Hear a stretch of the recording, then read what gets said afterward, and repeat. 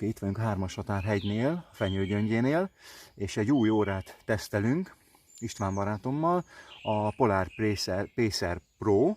Elvileg ez egy futóóra, de azért ennél sokkal, de sokkal többet tud.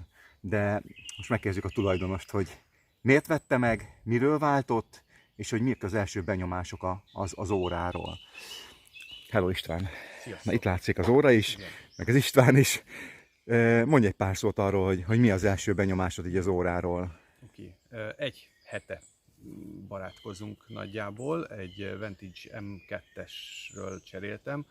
Az első és legfontosabb különbség, ami hát nem árkülönbség, de baromi fontos, olyan kényelmes, hogy én azóta ezt le se akartam venni. Tehát azért az M2-essel ott küzdöttem és örültem, amikor zuhanyoztam meg ilyesmi, hogy nincs rajtam az óra, mert nyomott, vastag volt, beakadt mindenbe. Igen, ezt mondtad is, hogy azt nem akartad ugye hordani. Én mondtam, hogy az alvás monitorozás, meg mindent. Igen, és ez az alváshoz is kényelmesebb egyszerűen. Igen. Szóval szuper, ergonomiailag összehasonlíthatatlan, egyébként rosszul aludtam. Igen. Most látszik. Ja, igen. Az nem baj, de nézzük meg ugye a vastagságát, tehát ugye, amiről beszélsz. Igen, a vékonyságát. Hogy és felfekszik, eltűnt az a bütyök az aljáról, ami eddig... Igen, a bőrérzékelés, és igen. Tehát akkor ugye alvásról is simán hordható. A gramját majd lemérjük, hogy pontosan azt mennyi. Megmondom, mert néztem egy tesztben, és 41-2 gram szíjjal együtt. Tehát ilyen megdöbbentően könnyű nem veszi észre az ember. Ugye, amit most tesztelünk majd, hogy ebben térképet rajzol igen, nekünk, az nagyon majd, fontos. Azt én még nem tesztelgettem, illetve most először fogom pánt nélkül használni, mert eddig megszokásból pánttal vizsgáltam, amit most jól otthon hagytam, úgyhogy...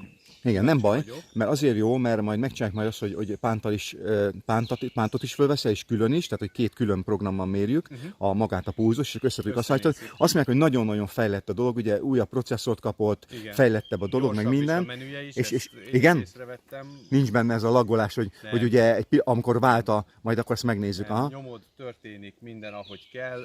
Eddig 2-szer vagy 3-szor futottam vele, és fölpecültette a dolgát. És akkor beszélj pár szót arról. Ez már izét is mér, running power, tehát ebben ugye wattmérő is van. Igen, erről is beszéltem, ugye, hogy a wattmérés ugye az egy sokkal mérhetőbb dolog, mint maga a pulzus, ugye, mert emelkedőn ugye teljesen más adatokat fog adni. De ami még nagyon fontos, amire mondj egy pár szót esetleg a nézőknek, hogy a töltés. Ugye egy más töltőt kapott ugye az óra. Ez hogyan működik? Az hogyan működik? Jobban tölt? Hát időben ugyanannyi a töltése, semmivel sem lett gyorsabb. Ellenben ide fekszik fel mágnessel. És hogy érzed, hogy jobb technológia? Én ebben nem látok különbséget. Én ezt, hát ugye megszűnt az alján ez a bütyök, az érzékelő kiemelése, ami eddig beleült a töltőnek a bölcsőjébe. Igen. Úgyhogy ezért kellett, hogy cseréljék. Az biztos, hogy összehasonlíthatatlanul jobb, mint a feleségemnek van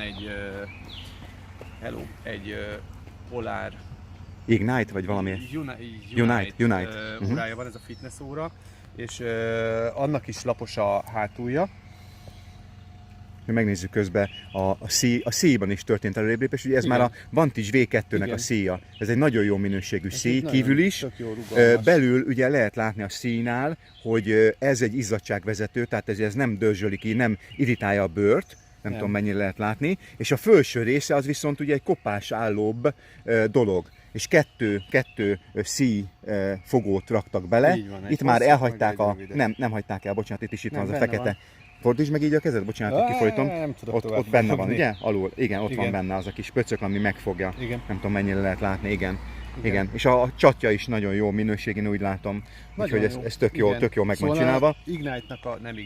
Unite-nak a töltőjéhez képest nagy előrelépés, hogy ahhoz egy ilyen, nem tudom, azt te láttad, annak egy ilyen műanyag pántot adnak, amit így rá kell feszíteni, és akkor az megy be. Igen, hát az egy rosszabb megoldás, persze. Ugyanaz a kiosztása, csak el van fordítva 90 fokkal, és tudtak egy mágnest adni ennyi pénzért hozzá, ami azért sokkal korrektebb, mint ez a pattintós, rettenetes megoldás. Na most még egy dolgot szeretnék kérdezni, hogy észrevettél-e különbséget az M2 és ennek a kijelzője között? Mert ugye itt azt mondják, hogy ugye egy óriási nagy előrelépés történt, tehát hogy sokkal erősebb, sokkal... Nézzük meg, most be van kapcsolva a világítás? Nincs? Nézzük meg, hogy milyen. Gyengére van állítva, Sötétben Nem lehet használom. látni, így most így pont belevilágít a fa, viszont maga a betekintési szöget nézzük Hát meg, az hogy, viszont hogy szerintem jobb lett. jobb. Az Nem lehet biztos. látni a fától, várjál? Hát, Hát igen, nem lehet látni a fától, mert nagyon, nagyon beletükröződik. De azt mondják ugye, hogy ebben is előrébb lépés történt, igen. a maga a kijelzőnek a minőségében. Ugyanaz a MIPS-es kijelző, de Meg ez a Gorilla Glass 3-as, ez ugyanazt a védelmet adja vékonyabban, tehát közelebb került a kijelző az üvegfelülethez. Nem kell így belenézned az órába. aha, értem. És amikor visszanézted a pulzus adatokat, akkor mit vettél észre? Majd berakjuk ide a dolgba, hogy egyenletesen mérte a pulzus, vagy volt valami kiugró adat esetleg? Tehát a pulzust jól mérte? Úgy érzed? Tehát nem volt kiugró. Majd most megnézzük, hogy csuklóról mit csinál. Jó, oké. Jó, hát ennyi lett volna egy kis csináló, és akkor majd részletes tesztet majd később csinálunk. Innen a 3-as határhegytől, a busz az meg most megy, pont belejön a videó, de hát nem baj, ez a élő adásnak a csodája, úgyhogy szerintem egy nagyon jó óra, ugye árban 114 000 forint körül van most, szerintem egy picit lejjebb fog majd még menni, de szerintem a legjobb ár-értékarányú óra, szerintem kiváltja a Polar GRITX-et is, kiváltja a Vantage-t is, és az M2-t, az meg egyértelműen, mert ugye egy újabb kiadás. Igen, tehát hogy reméljük, hogy ebben az irányba fognak haladni a polárosok, mert ez egy nagyon jó irány szerintem, kinézetre szerintem brutálisan jól néz ki, súlyra is jól néz ki, tehát mindenben előrébb lépés történt, úgyhogy én csak ajánlani tudom tényleg ezt az órát, de azért kértem fel Istvánt, hogy mondja elő saját maga a véleményt, mert hogy ugye mindig engem hallottok, hogy én mit mondok egy óráról, de most egy felhasználót hallotok, aki használja, és előtte használta az M2-t, előtte használtál, mit használt előtte? Akkor is Polár volt, ugye? Ez egy nagyon régi M400-as. Igen, tehát hogy ő ugye most megélt egy rövid időn belül az ajánlásomra megélt rövid időn belül egy teljes generációváltás, 2 generációs váltás, de ennek van értelme, tehát a másikat eladta, és akkor itt vette egy másikat. Úgyhogy szerintem egy nagyon szép óra, nagyon jó kezelhető, árban nem túl drága, szerintem nekem is ez a 100 000 forint, ez a lélektani határ, és az, hogy hordható, súlyban is, gyorsabb lett, stb. Úgyhogy vegyétek, vigyétek, nem vagyunk polárkereskedők. Sziasztok!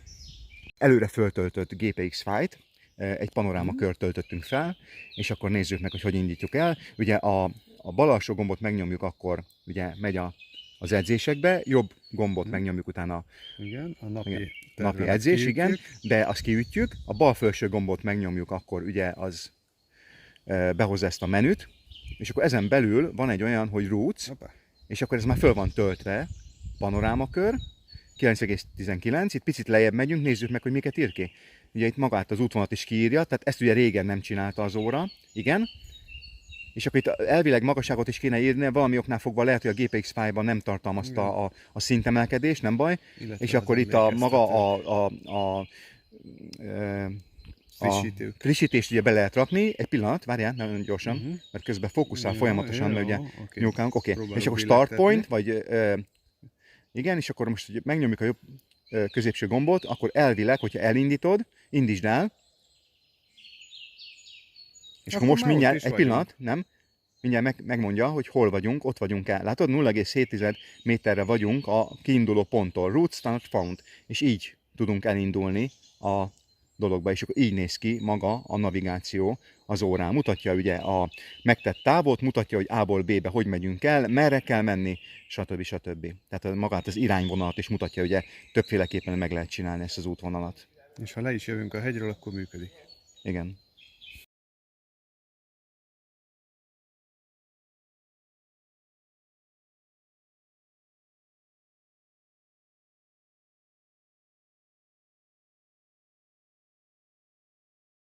Följöttünk a 3-as határhegyre, a Gluckner Károly kilátóba. Itt elvileg ugye 500 méter magason vagyunk fönt a kilátóban, 496 méter a Gluckner Károly kilátó, és ez pedig itt fönt 500 méter. És akkor most megnézzük a Polar PCR Pro-nál. Ugye ez a főképernyő, de hát ugye mit állítunk be, az attól függ, és akkor itt már wattot is még lehet látni. Itt van a szintemelkedés, ugye? 222 volt a szintemelkedés, a pozitív szintemelkedő 5 méteres süllyedés, és 505 méteren vagyunk. Tehát helyel közel pontosan mér. Most, hogyha a középső piros gombot megnyomjuk, akkor azzal lehet bekalibrálni, hogy visszaállítjuk 500 méterre. És azt mondod, hogy itt 500 és ez pont 500, igen, ez pont 500, és akkor innentől kezdve ugye be van kalibrálva magasságmérés, és akkor mindjárt hozzá alkalmazkodik. Figyeld, mindjárt áll. Át kell állnia. Most. És akkor így lehet látni a dolgot, hogy tulajdonképpen 500 méteren vagyunk. És most megnézzük a két órát. Ugye az egyik a jobb oldali a Polar Pacer Pro, és a bal oldali pedig a Gritix. Itt igazából csak annyi, hogy a vastagságot és vagy a vékonyságot lehet látni, meg az anyaghasználatot, hogy mennyivel másabb az órának a kivitele, és akkor meg lehet nézni tulajdonképpen az óra szíjakat is, hogy az is teljesen más összeállítás. Maga az órának a lünettája is ugye egy teljesen más kinézet. Nekem nagyon tetszik ez a Polar felirat. Ez is picit, mint hogyha jobban látszódna, de lehet, hogy ezt csak én látom úgy. Most nézzük a pulzusmérő részét a két órának. Egy kicsit közelebb rakom, hogy lehessen látni. Nézzétek meg a különbséget. Ugye itt vannak ilyen bőrérzékelő dolgok. Itt nem tudom, hogy hogyan oldották meg maga a bőrérzékelést a Polar Pacer Pro-nak. A manuál szerint megoldották valahogy itt. Igen, én is olvastam, és ugye SS, ahogy jól látom, SS szíj van most rajta. Ez a Esperem. Esperem. Tehát így néz ki a két óra. És akkor itt tudunk látni egy olyan jellegű dolgot is, hogy a vastagságban. Látjátok a Polar Gritix-nél mennyivel kijjebb emelkedik a felülettől, és ugye ez a kézen meg is látszik. Istvánnak a kezét nézzük meg, ugye nem látszik. Ja, igen. Itt vagyunk fönt a panoráma körnél, tulajdonképpen megyünk az Árpád kilátó felé, és akkor van egy ilyen út az egészséghez program, ahol pulzusmérést lehet csinálni, vagy akár így, ahogy a tábla mutatja, vagy ugye megnézzük az óránkat, és akkor itt van a Polar Pacer Pro, ugye, ami folyamatosan monitorozza a dolgot, maximum 168, 124 az átlag, vagy bocsánat, nem, az átlag 130 volt, és most 128-as a pulzus, úgyhogy Istvánnal nem toltuk tól a dolgot. Hát nem. Nem. Oké, megérkeztünk a terefutásról, csináltunk egy 7 kilométeres kört, megérintettük a Hármashatárhegy tetejét és a Árpád kilátót, és akkor most megnézzük magának a Pacer Pro-nak az összegzését. Mehet? Picit megpróbáljuk befókuszáltatni. Na, igen? Akkor még ne állítsam le. De már mehet, leállíthatod. És akkor megnézzük mindent, hogy ugye bal oldali gombot hosszantartva nyomjuk meg, ugyanúgy, mint a többi Polárnál. És akkor most látjuk majd az adatokat. Útközben az útvonalat leállítottuk, az előre fölrakott útvonalat.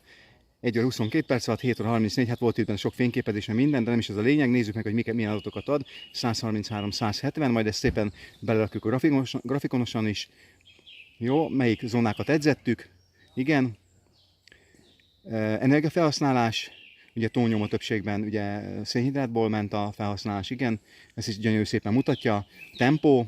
A running indexe most 49 lett, az nem olyan túl sok, jó, de ugye most sokat megálltunk, sokat beszélgettünk, fényképeztünk, úgyhogy ez azért jó. Melyik zónákat edzettük, itt is melyik zónába futottunk, milyen tempóval, itt vannak a power adatok, a watt adatok, 140, ugye az átlag, és a maximális, az mennyi volt, gyere vissza? A maximális az 487 volt, ugye? Igen. És akkor az izom terhelésben 691-et ír. Ami 3 pötty. Igen. Nekem. Igen. Vannak a zónák, hogy miket edzettünk, igen. Cadence ugye a lábfordulat, lábfrekvencia, lépésszám, igen, bocsánat, nem tudtam mondani. És akkor itt van ugye a legmagasabb pont az 500 méter volt, 252 pozitív szintemelkedés volt, és 249 negatív szintemelkedés. Ez akkor helyel közzel ugye azonos, mert ugye onnan jöttünk föl, igen, és le. Igen. Oké. És itt vannak a splittek, hogy 5 split volt benne, tehát 5 föl le, 4 nem, lefelé. 4 föl, 5 le. Ja, igen, 4 föl és 5 le, igen. Mármint ilyen szintemelkedésben, igen. Itt vannak ugye a lepek, igen, itt van a 7 kilométer, azt nézzük meg, igen. Az gyönyörű szépen monitorozza, ugye ott 26-ot, az látszik, ott megálltunk, beszélgettünk, fényképeztünk fönt a kilátónál, ott értük el 3. kilométernél, igen, és akkor jöttünk lefelé. Igen, itt vannak nagyon gyönyörű szépen mutatja a pulzusokat, igen. A wattadatokat mutatja kilométerenként, hogy mikor mennyi volt. Mutatja a perc per kilométert, igen. És akkor itt a vége. Elvileg itt a vége, és akkor most be fogja lőni, hogy mehet, állíts meg. Igen, és akkor most. Igen. Ez egy nagyon jó kis grafika lett, ugye ezt a Critics-nél is már csinálja. 104%-ra van állítva ugye a napi aktivitás. Vagy hát, hogy most ennyit értél el. És akkor nézzük a mostani dolgokat. Aktivitás 104. Nézzük meg, hogy hány kalóriát, menjünk vissza egyet menjünk vissza. És akkor itt lehet látni, hogy hány kalóriát égettünk el. Ugye 1400 kalória a 2 órás dologgal. Oké. 6800 lépés. Jó? Igen. És akkor van még egy képernyőnk. Ez az edzettség, ugye, hogy mennyire vagy edzett. Hát edzett, de ugye ez még nincs alul edzésben, mehet. A mostani aktuális pulzus 52, igen. Az előző 3 edzés, igen. Az éjszakai dolog, igen. Ez a program, hogy mit lehet elvégezni, igen. Időjárás, igen. Ez pedig ugye az eheti összedzés. És így néz ki. Jó, István, mondj egy pár szót erről az óráról, így még záró akkordként. Meg vagy elégedve vele? Továbbra is. Ugye? Igen. Nagyon jó kis óra lett szerintem. Ugye sok funkciója van, sok olyan funkcióval bővült az M2-höz képest, ami szinte tényleg, nem azt mondom, hogy kötelező, de tényleg hasznos funkció. Tehát a frissítésszervező ugye az nagyon jó szerintem. Talán már volt az M2-ben is valami. Igen? Lehet, hogy volt. Nem ez a smart, igen, mert igen. A smartot is tud, hogyha betolod, hogy az egységcsomagod hány kalória, igen. annak megfelelően. Igen. Tehát előre, igen, az előre megvett adagokat is be tudja rakni, hogy mit viszel magaddal. Igen, és ami szerintem nagyon jó, most jön közben a busz, bocsánat.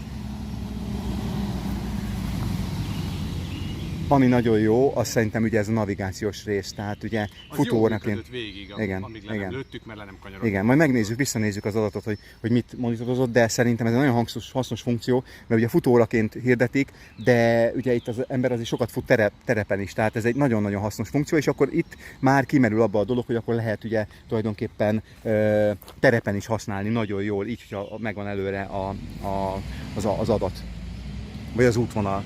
Na, hát akkor ennyi lett volna ez a teszt. Sziasztok!